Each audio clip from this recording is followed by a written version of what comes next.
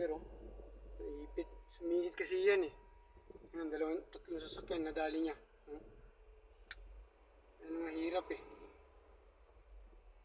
Pilig sila sumingit. Ayan, tuloy. Ang nangyari. Naipit. Ayan yung hanger.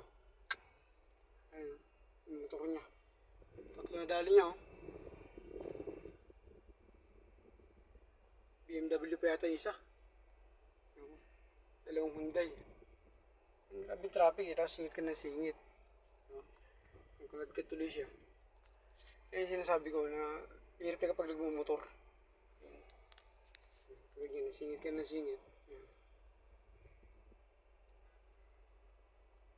Diba? Yung lalaki niya, no? Tapos ikaw motor. Diba? Tapos yung sakyan niya.